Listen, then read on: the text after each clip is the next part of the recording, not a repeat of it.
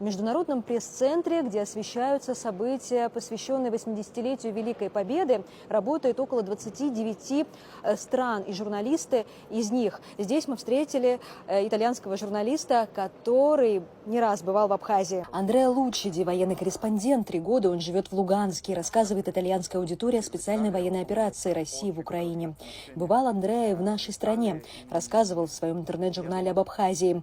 По его словам, между Италией и Абхазией много общего.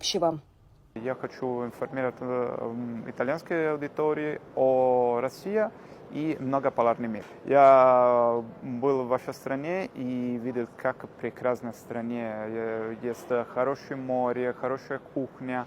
И я могу сказать, в Абхазии я вижу маленькую часть Италии, потому что наши народные ближе. И не просто по традиции, по религии, по кухне, по все. Тоже на душа.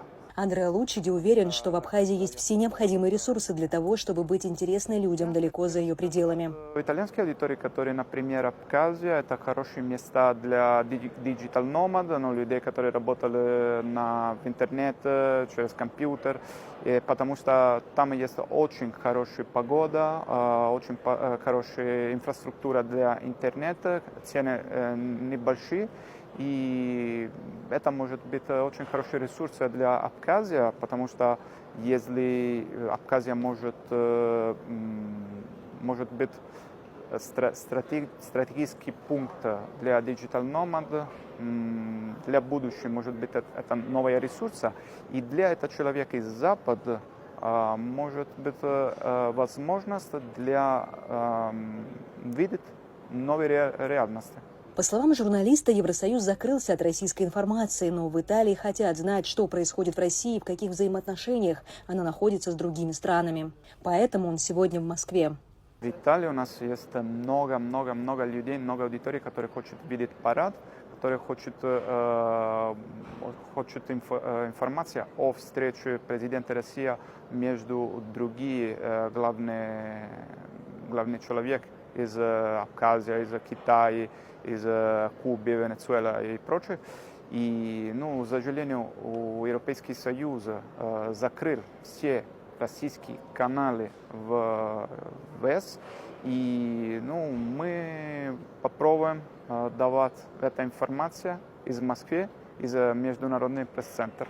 А репортер CNN, этнический немец Фредерик Пляйген, здесь не просто за тем, чтобы показать парад Победы. Во-первых, ему как немцу не безразличен этот праздник, а во-вторых, сегодня в Москве можно увидеть, как складываются отношения России с другими странами, в частности, с Китаем. Рассмотреть политические отношения между США и Россией и приезжает не только, чтобы почтить память и проследить динамику взаимоотношений между Россией и США, но и просто увидеть парад. К слову, делегация китайских журналистов самая многочисленная. Они сопровождают лидера Китая Си Цзиньпина. Как говорят наши азиатские коллеги, аудитория на их родине с нетерпением ждет информации о встрече Си Цзиньпина с Путиным. И, конечно, красочных кадров с парада Победы. Наш президент Си Цзиньпин также прилетел в Москву, и он будет скоро встречаться с президентом Путиным в Кремле. Для нас, как для китайцев, это огромная честь присутствовать здесь сегодня. Я первый раз в Москве нахожусь, и я надеюсь на мое завтрашнее присутствие на параде. Не всем лидерам стран, прибывших на парад, удалось беспрепятственно добраться до Москвы. Самолету президента Сербии Александру Вучичу не давали свое воздушное пространство ряда европейских стран для перелета в Россию.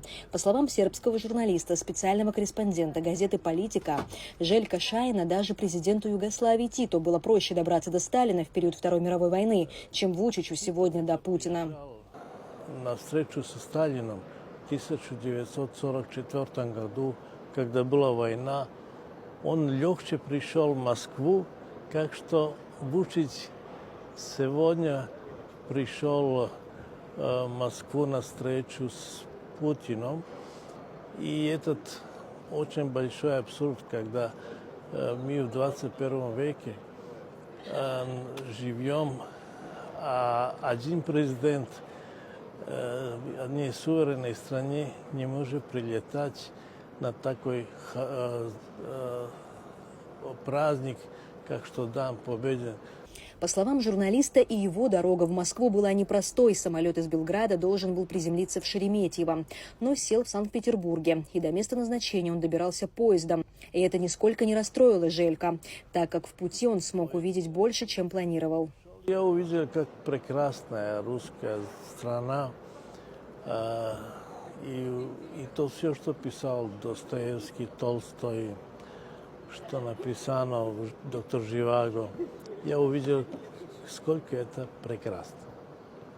Журналисты из десятков стран мира работают в международном пресс-центре. Здесь есть возможность выходить в прямой эфир в любой точке мира, отправлять свои материалы, пользоваться фото- и видеоархивами. А самое главное – общаться друг с другом, рассказывая о своих странах.